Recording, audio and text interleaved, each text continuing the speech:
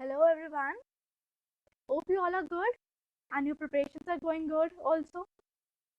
So आज हम topic लाए हैं स्टैटिस्टिक्स का, that is vital statistics measures of fertility. ये हाफ टॉपिक है आपका, फुल टॉपिक मैं बताती हूँ।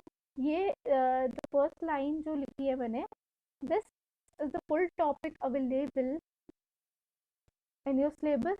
तो आज हम जो कवर करेंगे that is measure of fertility, only measures of fertility हम इस वीडियो में कवर करेंगे। The next video will be of measures of mortality, specific gross and net reproduction rate. First of all, we need to understand the meaning of fertility. Fertility का मतलब क्या है बेटा? Fertility is the rate of number of offsprings born per mating pair individual or population.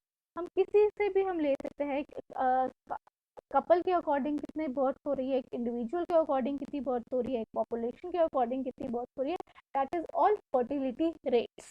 Offspring is babies को बोलते हैं offspring, okay. So and mortality is just opposite to the fertility. Fertility का opposite है mortality. So if fertility is concerned with birth, then mortality is concerned with death. Refers to the state of being mortal, destined to die. In medicine, a term also used for death rate or the number of deaths in a certain group of people in a certain period of time. जैसे हम fertility की बात की, it's the rate of the rate of births in a particular area for a particular population, where mortality is the rate of death for a certain period of time for a certain group of people. Okay, now we need to understand what are the various measures of fertility. Measures of fertility आज हम पढ़ेंगे. First of all, we have crude birth rate. और बड़ा crude oil पढ़ा है हमने. Crude oil, what is crude oil? Crude oil is that kind of oil जिसमें हमने से अभी कुछ एक्सट्रैक्ट नहीं किया है, ठीक है. कच्चा तेल भी बोल सकते हैं हम क्रूड ऑयल. तो वैसे ही हमारे पास क्रूड बर्थ रेट है, इसमें हमने ऑल ओवर पॉपुलेशन को कंसीडर किया है. We are not considering any age group, any gender, any race. Okay, so here is the definition. The number of birth rate occurring in a year per 1000 population is called crude birth rate. आपको याद रखना है, here we do not consider any kind of age and sex.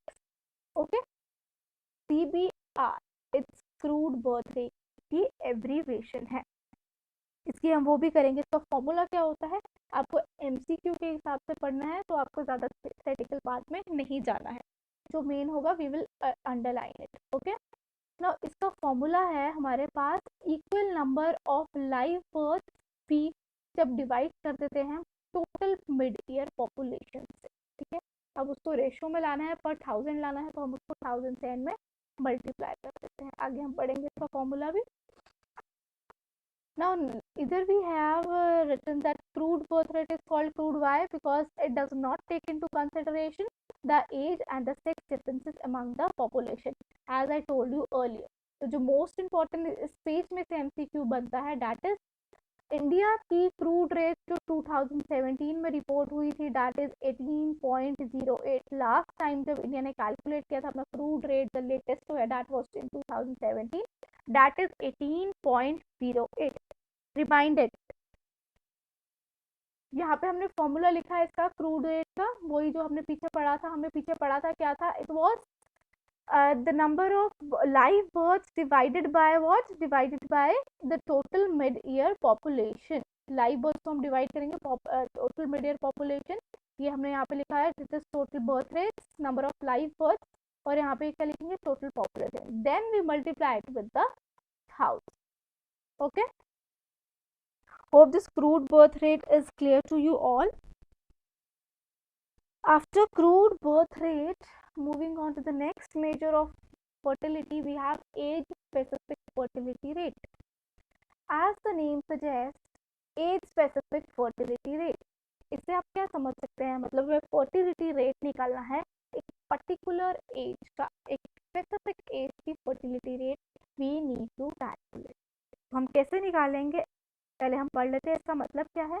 The number of birth occurring during a given year और reference period पर 1000 women of reproductive age classified in a single or a 5-year age group। जब हम specific age group की बात करते हैं ना, तो हम बीच में एक जो एज ग्रुप लेते हैं वो हमेशा 5 ईयर का गैप होता है। सपोज हम कैलकुलेट कर रहे हैं from the age 25 to 30, 26 to 30 लेंगे, that will be the 5 year age group होगा।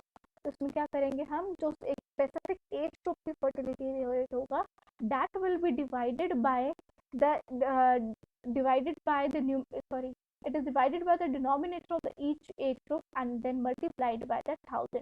आगे हम इसका फॉर्मूला देखेंगे, क्या है इसका formula, how we calculate the age specific fertility rate. यहाँ पे आपके लिए एक मोस्ट इम्पॉर्टेंट जो बनता है इसके एज स्पेसिफिक फर्टिलिटी रेट का MCQ, that is age fertility specific rate जो है वो सबसे ज़्यादा कहाँ पे है, नाइजर में, that is 7 children per woman, it is the highest in the world। Second number पे आई थिंक कंट्री आती है मिला, उसको सेकेंड नंबर पे, यहाँ पे आपको फर्स्ट याद रखो, that is important for you. अब यहाँ पे हमारे पास फॉर्मूला लिखा है, जैसे मैंने बताया था एज स्पेसिफिक फर्टिलिटी रेट में हम कितने का गैप लेते हैं, 5 ईयर्स का गैप लेते हैं। तो हमने यहाँ पे 5 ईयर्स का लिया हुआ है age specific fertility rate for the ages 20 to 24 years. सबसे पहले हम देखेंगे number of birth rates to the women, जितने वुमेन 20 to 24 एज ग्रुप में फॉल करती हैं, उन्होंने कितने बर्थ हम कितने बेबीज को बर्थ दिया, will be divided with the population, total population of the women between the age to 20 to 24, then we multiply it with 1000। okay, hope this is clear, age specific fertility rate। now next we have general fertility rate।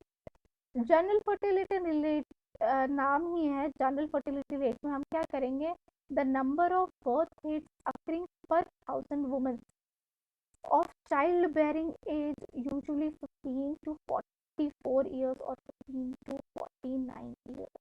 में क्या बताया, पहले हमने जो crude में पढ़ा था उसमें हम कंसीडर कर रहे थे द होल पॉपुलेशन को कंसीडर कर रहे थे, ठीक है।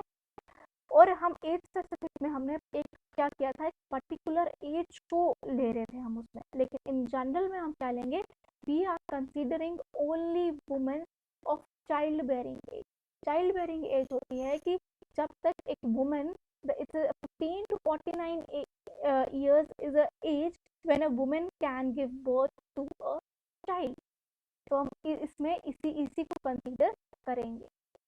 तो आगे हम इसका फॉर्मूला भी पढ़ेंगे। तो हमारे पास जो इससे एमसीक्यू बन सकता है, that is what is the general fertility rate of India, that is 2.2 as per 2017। इसमें 2017 में इज द लेटेस्ट सर्वे हुआ था जब हमने जनरल फर्टिलिटी रेट निकाला। ओके, अब लेटेस्ट भी आते रहते हैं but that was the forecasted only. Okay, moving to the next. अब हमारे पास है standardised general fertility rate. Standardised general fertility rate क्या होता है, these are just the benchmark, मतलब हमें स्टैंडर्ड मिल जाता है कि हमारी जनरल फर्टिलिटी रेट उस हिसाब से होनी चाहिए। तो ये जो सेट होती है अथॉरिटीज ही सेट करती हैं और comparison of general fertility rate of the population and different areas, we set the standard, we set the benchmark कि हमें उतना अचीव करना है, ना उससे ज़्यादा होना चाहिए ना उससे कम। Standard method is used in order to avoid the effect of differences in the age of composition of each sub group and population. देखिए, जब हमारे पास एक स्टैंडर्ड होता है किसी भी चीज़ का कि हमें इतना अचीव करना है, तो हम उसको पाने के लिए मेजर्स करते हैं, मेजर्स ट्राई करते हैं जिससे हम वो अचीव कर रहे हैं। आप खुद ही सोच लीजिए, आप पढ़ रहे हैं, आप सोच रहे हैं कि आज हमने ये टॉपिक पढ़ना ही है, पर्टिकुलर टॉपिक है, ये कंप्लीट करके ही सोना है, तो मतलब you have set a standard for you. तो जब तक आप उतना नहीं करोगे, you will work hard till you get done it. Okay, that is standardise, इसलिए हम स्टैंडर्डाइज जनरल फर्टिलिटी रेट रखते हैं। Now next we have total fertility rate। अब total fertility rate में क्या होगा, don't get confuse total fertility with general fertility rate, दोनों different है। हम आगे पढ़ेंगे how they are different from each other. तो इसमें पहले हम पढ़ते हैं टोटल फर्टिलिटी रेट क्या होता है। We have, let me take the pointer, the number of children who would be born per woman, per 1000 women ही होता है, हर चीज में हम पर 1000 लेंगे, पर 1000 पॉपुलेशन, पर 1000 women. if they were to pass through the child-bearing years, bearing children according to the current schedule of age-specific fertility rate। Total fertility rate में हम क्या करेंगे, कितने नंबर ऑफ चिल्ड्रन पर वुमेन बॉर्न होंगे, उसमें हम एक एज भी स्पेसिफाई कर रहे हैं और हम इसमें जेंडर भी स्पेसिफाई कर रहे हैं टोटल फर्टिलिटी रेट में। The number of children to be born per women during the reproductive age, तो हमने पढ़ा था पहले भी हमारी reproductive age, that is also known as child bearing age, that is 15 to 49 years, ये आपको याद रखनी है। टोटल फर्टिलिटी रेट में हम दोनों कंसीडर करेंगे, we consider the age also and also the gender. Okay, तो इसमें क्या आ जाएगा हमारे पास, जो एमसीक्यू इसमें बन सकता है, दैट इज एक ideal rate called replacement level as है, दैट इज 2.1, ये बहुत इंपॉर्टेंट है। That is 2.1 is the ideal rate called replacement level rate. इसको आइडल रेट क्यों कहा जाता है, क्योंकि जब एक कंट्री ये आइडल रेट अटेन कर लेती है, the population will not increase, population क्या हो जाती है, स्टेबल हो जाती है, if we have attained this fertility rate. But हमारे इंडिया में है, दैट इज इंडिया के हमारा रेट चल रहा है 2.24 birth per women according to 2017, that is according to the latest survey. अब आगे हम देखेंगे कि कैलकुलेशन कैसे होती है। टोटल फर्टिलिटी के रेट हम कैलकुलेट करेंगे, जैसे हमने बताया कि इसमें we consider the gender as well as the age also. तो सबसे पहले हमारे पास सब्सक्रिप्ट ये बताया हुआ है कि 5 ईयर, ये जो है बी आई रिप्रेजेंट क्या कर रहा है हमारे पास, the life birth registered during the year mothers of the age I interval of 5 years ही हमने लेना है। Suppose it is 15 to 19, 20 to 24, 25 to 30 and so on. हम 45 49 इज द लास्ट एज, तब तक 5 का गैप करके हम लेते हैं, that will be the numerator of the total fertility rate. और डिनोमिनेटर में हम क्या रखते हैं, the mid year female population in the same age group. अब उस ईयर मतलब जितनी पॉपुलेशन है उतने, जैसे कि सपोज हमने लिया है 20 to 24, अब 20 to 24 ईयर्स में जितनी भी फीमेल पॉपुलेशन होगी, that would be the denominator. और उसको जब हम मल्टीप्लाई बाय 1000 कर देंगे, that will be the total fertility rate. तो जो भी रेट आएगा तो हम क्या लिखेंगे, that is the total fertility rate पर 1000 women। hope this is clear to you। but now बड़े बच्चे सोच रहे होंगे कि जनरल फर्टिलिटी रेट और टोटल फर्टिलिटी रेट में क्या फर्क हुआ। Now we are going to discuss the difference between them. Okay, अब इसमें डिफरेंस क्या है, देखिए यहाँ पे साफ साफ लिखा हुआ है, general fertility rate is an age sex specific birth rate, जो होता है स्पेसिफिक बर्थ रेट होता है, ठीक है। लेकिन बट टोटल फर्टिलिटी रेट में हम क्या लेंगे, वो एडजस्टेड होता है सेक्स और एज को लेके, उसमें हम सारे एजेस को कंसीडर करते हैं, सभी एज ग्रुप्स को कंसीडर करते हैं टोटल फर्टिलिटी रेट में। But whereas general fertility rate we consider a specific age. Okay, तो नीचे हमने लिखा है यहाँ पे, द TFR is an age adjusted rate because it is based on the assumption that there are the same number of women in each age group। तो लेकिन क्या होता है, जब हमारा एज कंसीडर करते हैं TFR में, तो वहाँ पे जो एज है डैट हम क्या करते हैं, उनकी एवरेज निकाल लेते हैं, और वो एवरेज विल बी कंसीडर कि हर एक एज ग्रुप में इतनी वुमेन फॉल करती हैं।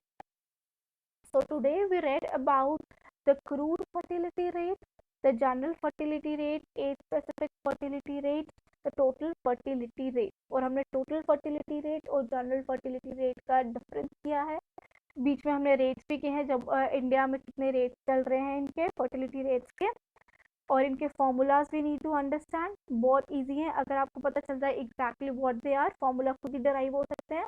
और हर फॉर्मूला इज मल्टीप्लाइड बाय 1000, क्योंकि हम रेट्स पर 1000 निकालते हैं। So this video was all about the measures of fertility. Next video हम करेंगे the measures of mortality and gross and net reproductive rates. Thank you and hope you like it. Kindly like and subscribe my channel if you have not done it yet. Thank you.